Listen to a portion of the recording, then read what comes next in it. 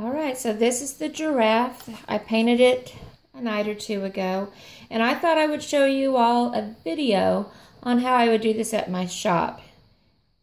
If you haven't ever come and are wondering how does she paint these things, what's a class like, or if you just want to paint along with me. So this is the finished product. It's done with, let me see, just apple barrel paints. Like this is the brown oxide that I'm going to be using. So you don't have a big investment if you're doing this at home. Feel free to change up colors if you're painting along with me. I'm just going to show you how to get this look, but you can have a pink giraffe if you wanted. So there she is, and this is what I'm going to start with. I'm actually just painting on a 9x12 acrylic canvas paper because I plan on framing this instead of using it as a big canvas because I've got so many of those in my house. So she is already pre-drawn. If you come to the store to paint this, she will already be pre-drawn for you on whatever size canvas that your party is doing that day. Or you can contact me about how, if you're not in the Lebanon area, about how to get one of these sent to you. Okay, so I do that as well. I can mail that or a group class full of this, and then you can follow along with this video that way as well. I'm going to move this paint out of the way. It's casting a shadow, so I've got paint clothes on. So if you notice paint, that's what I'm doing. Move out of the way. Let's see how, so much better. Still one right there, but I just jimmied this setup, so it's not the best. But anyway, I think it's good enough that you can see what we're doing. Okay, so I'm actually going to show you my paints. I've already squeezed those out. You can, of course, use artist quality paint. That's wonderful. These are good too, though. So I've got a white, a light yellow, a creamy, a mustardy color, a lighter creamy color, black, brown, and my background colors too that coordinate. If you contact me and do this at home, I'll tell you exactly the colors I used. Then my brushes. I brought these from the store and left them here. They're not the best ones. The best ones are at the store, but these are still ones for me to practice with. I'm going to use a flat brush, another flat brush, some round brushes, just whatever I've got. Try to take good care of your brushes. Don't let paint dry on them. When you're finished with a color, don't just set it down somewhere. Wash it. Okay, so it'll be ready for you the next time. By letting paint dry on your brush, you're wearing it out a lot faster because you really have to scrub those bristles to get that out, and then they get all. Oh, that was really close up. Okay, so where do we start? I'm actually going to start painting in the giraffe because this is done in pencil. It's an artist quality pencil, a nice pencil. It's not going to smudge when I paint it. It's not going to bleed, but I don't want to start painting the background like I normally do and then losing some of my pencil marks. So I'm going to paint the background after I get some of the background color laid into the giraffe. It won't be the finished product, but it will be close. So I'm going to start with just a bigger brush because I'm just laying in color. I'm going to start with my goldenrod. About this much paint on my brush. And I am going to, I wonder if you can see that. Can I make it bigger? Oh, look at my paint. I already got paint on my hand. Okay, move this down here.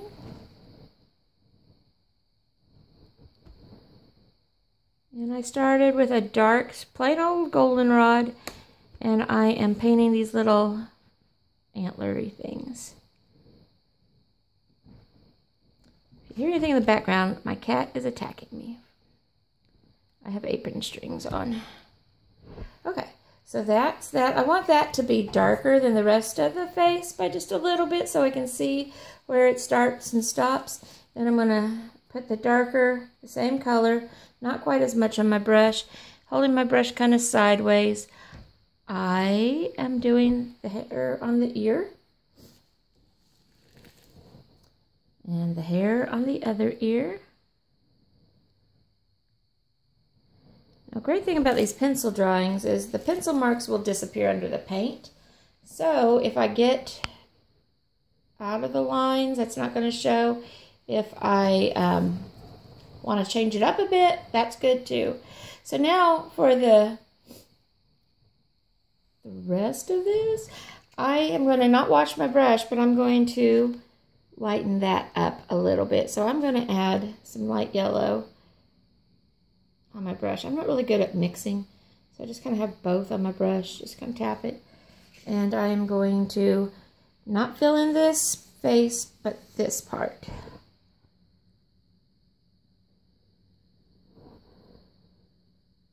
Because I'm just trying to block in some color, if some of my paper is showing through, some of my pencil marks are showing through, it doesn't matter to me because we're going to cover it up with more stuff.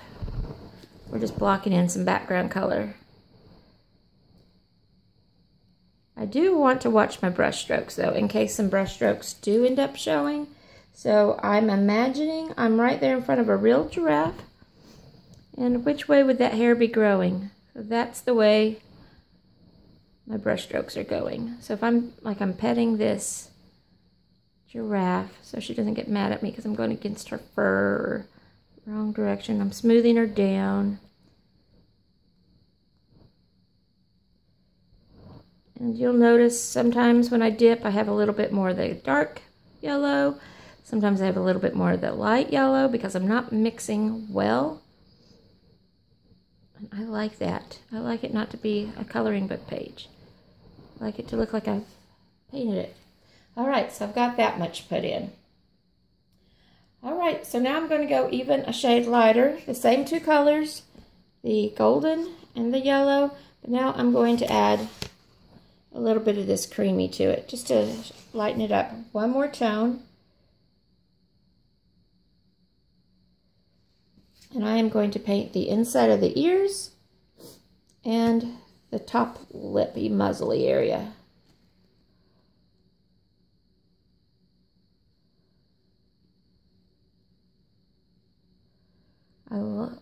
I try to plan what I paint so that I don't have to wash my brush.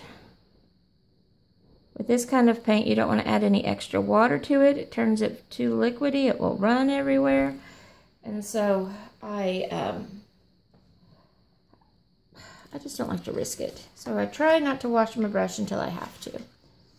All right, the inside of the ear. I'm going to even add a little bit more cream to that because that was a little bit too dark for me.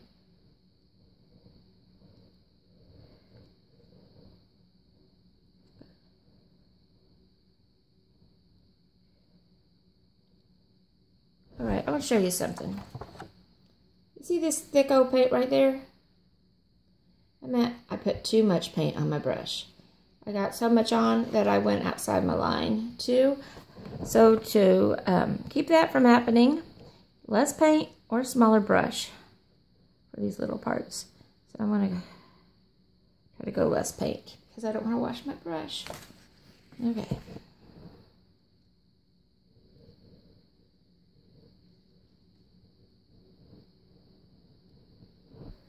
So that worked better. So that's what she's looking like so far. Now we're going to do this chin area. And that, whatever's left on my brush, plus just plain creamy.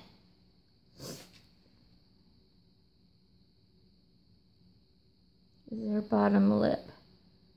So we want to know where it is. So when we paint this neck, it doesn't disappear.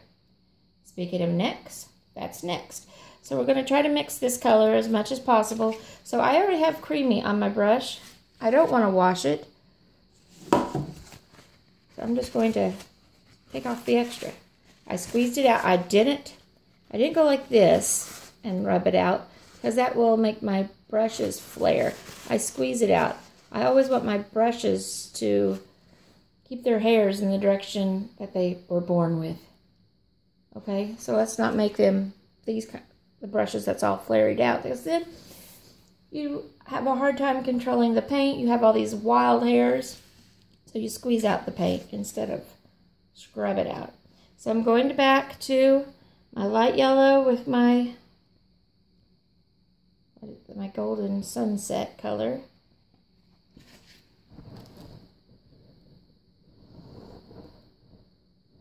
And I fill that in. I'm not going to do the eyes. The eyes are going to be black mostly.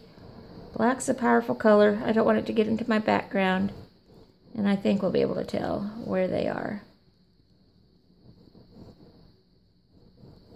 Again, I'm trying to keep my brush strokes, the finished brush strokes. I did have to go around this way to get around that bottom lip. But I want to go back over, up and down.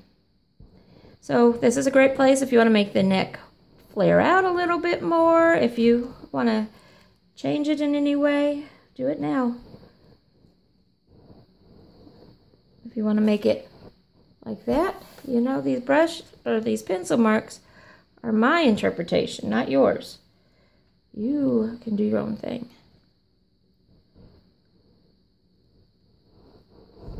And again, if you were wanting to use other colors, if you want to make it a neon, rainbow, unicorn, giraffe, you know, this is your guideline. You go, you do it. Okay, so she's blocked in good enough. I won't lose any of the pencil marks in the background now when I get wild. So now, sadly, I'm washing my brush. I've put a little bit of Dawn dish soap just in my water. I'm not going to let it sit in there. I'm just going to wash it. I am not pounding. I'm just kind of going back and forth, trying not to mess up my bristles. And then when I squeeze the extra water out, I squeeze it out that way. All right, so it may not be 100% clean. You see there's still a little bit of yellow. It's good enough for me because I'm going to use it again. I just want it to be ready for me.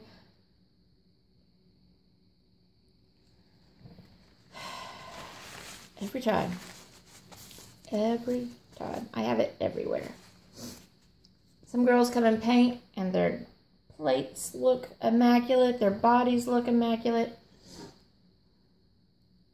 I can't even walk across the room.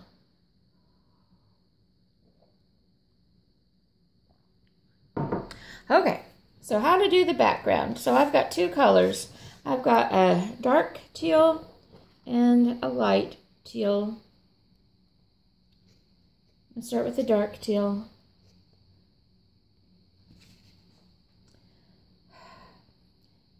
I'm going to go with that bigger brush again.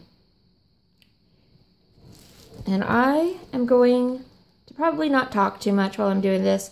Basically, I am outlining about 1/4 to 1/2 inch around what I just painted. You can use a smaller brush. I'm lazy. If it's looking like this and you're trying to go back and scrub in color, just dip in more paint. This background is okay if you use a little bit more than what you used in your detail work. Don't go back and just keep trying to fill it in. You're going to wear yourself out. Wear out your brush. There's plenty of paint over there. Just re-dip and you'll be like, oh, that's so much easier. Okay. So about that far around, I'm going to real quickly paint, and I probably won't talk because I am getting chatty.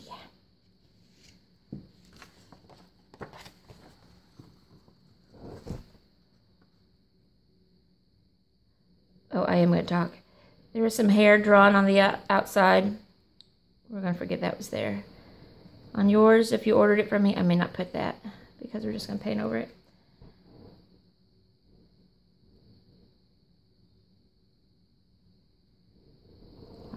Eyelashes too. If you have eyelashes, forget they're there.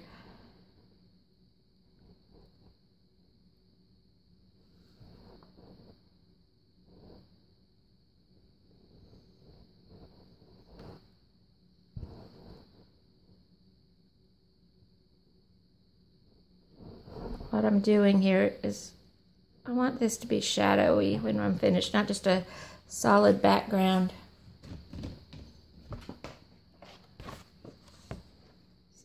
See, we're making it darker where it looks. Whoa! Did you see that? Stinking cat. I have my phone plugged up. She is having a ball. Rotten. She is a devil cat.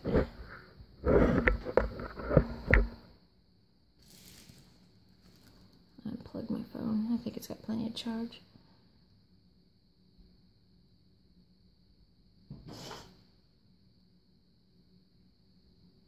She has nothing to do with us until we try to do something. We have a golden retriever puppy too. Well, she's almost 2. She's not much of a puppy anymore. Yeah, she is outside. There is no way she would let me do this.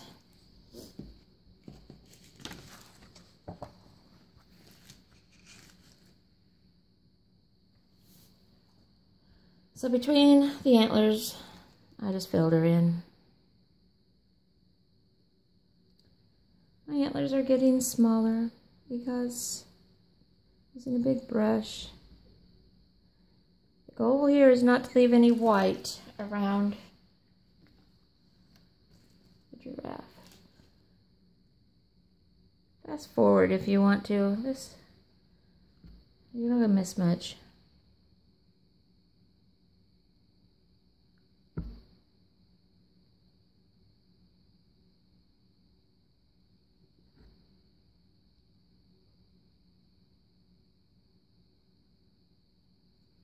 Okay, so it's not even. There's mistakes.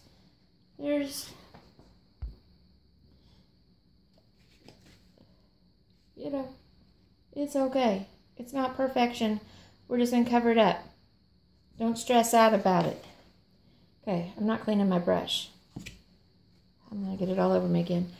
I am going to squeeze out some of the extra though. So now, before this dries too awful much, I'm going into my other background color. And I am going to fill in the rest with little choppy strokes. I am overlapping this dark blue that I put in almost all the way to the giraffe.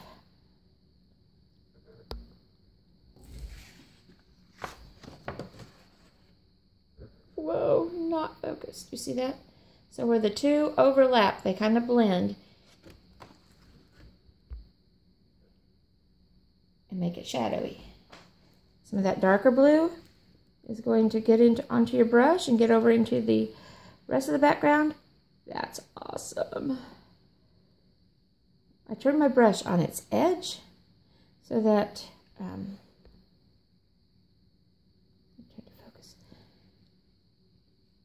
so that I could get up close. Little choppy strokes. I'm going to fill in around the giraffe, and then I'll come get the outside edges where I missed.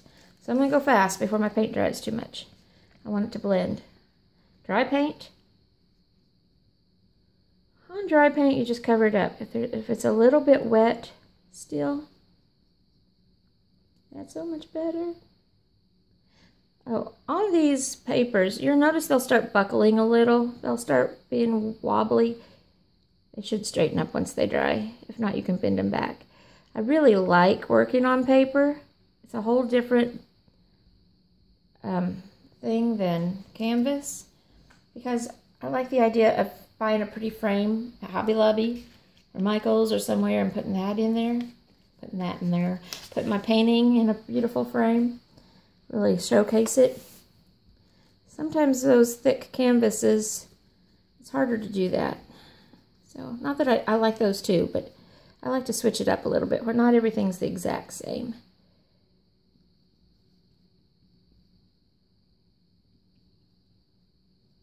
Oh, that would have a good glop. That's nice.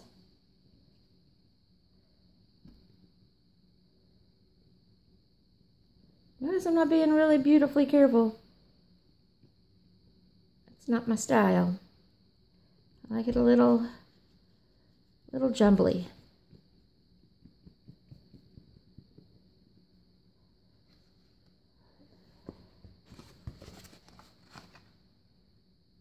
I don't like reaching across too much.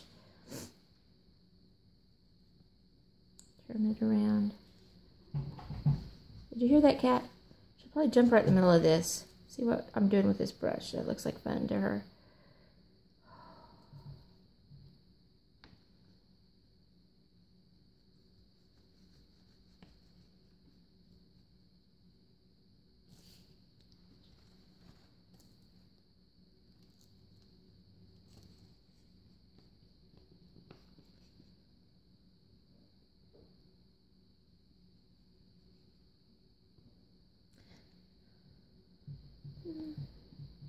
So when Delaney was in 1st grade, she wrote a book about this cat. She's now in 4th grade, so that was 3 years ago.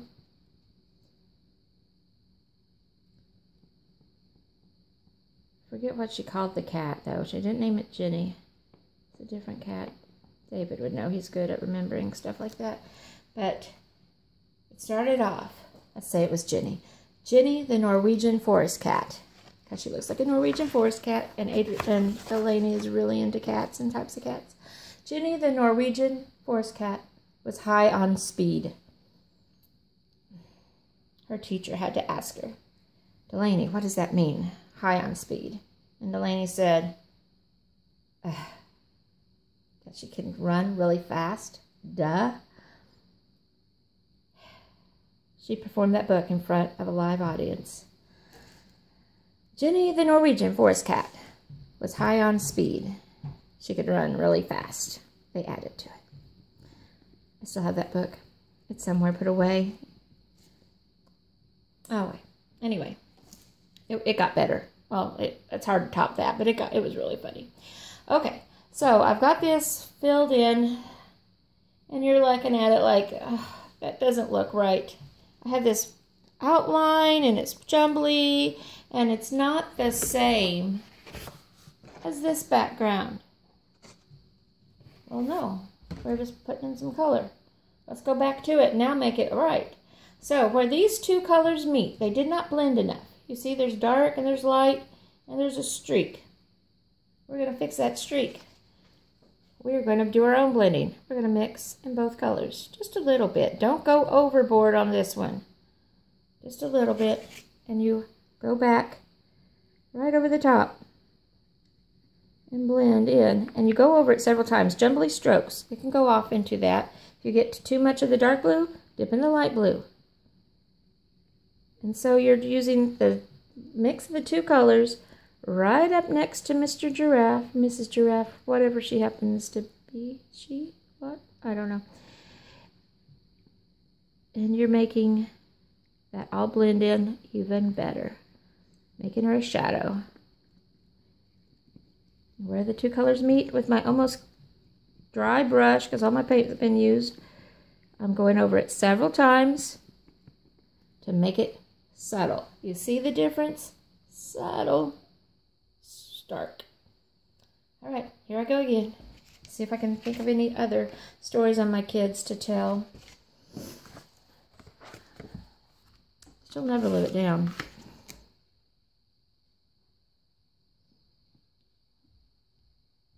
All right, too dark. Add in some more light. There we go. And blend, go over it several times so that it graduates into that ombres, not stripes. If you accidentally get it onto your giraffe and you start trying to fix it, stop trying to fix it. Let it dry. We'll come back to it. We're working just on the background now. Don't worry about your mistakes.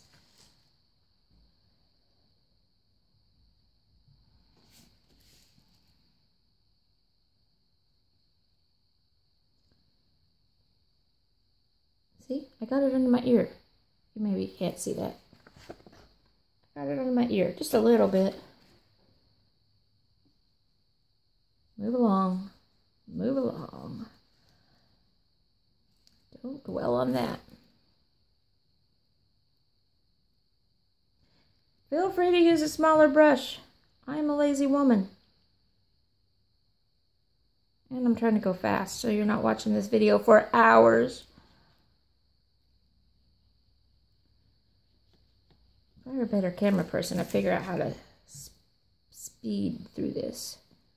But then you'd miss Norwegian forest cat stories too. Oh dear.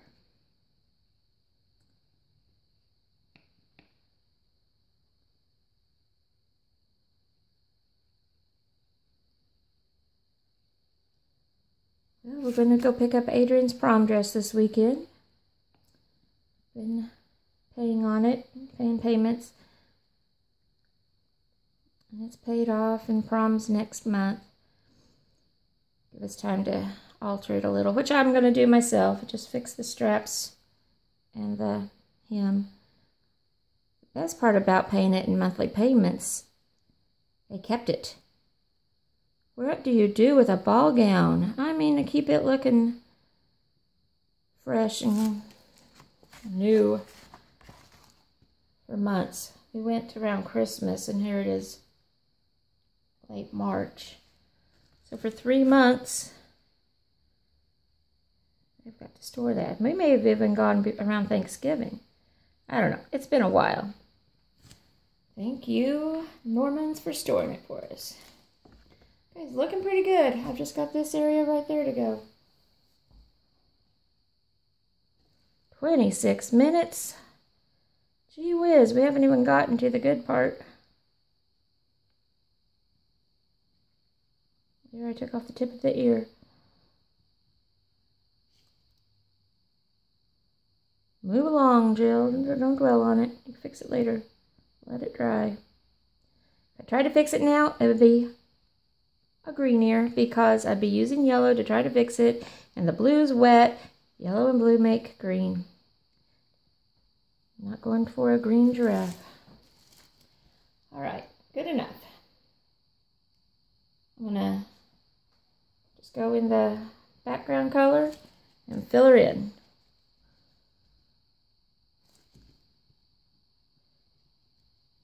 Now, because I've been mixing color, there might be a little bit of the darker teal in my background color. I really don't mind.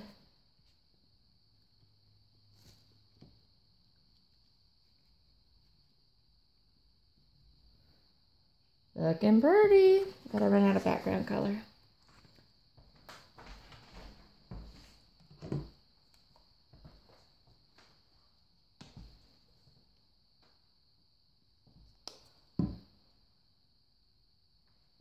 Time for another squirt.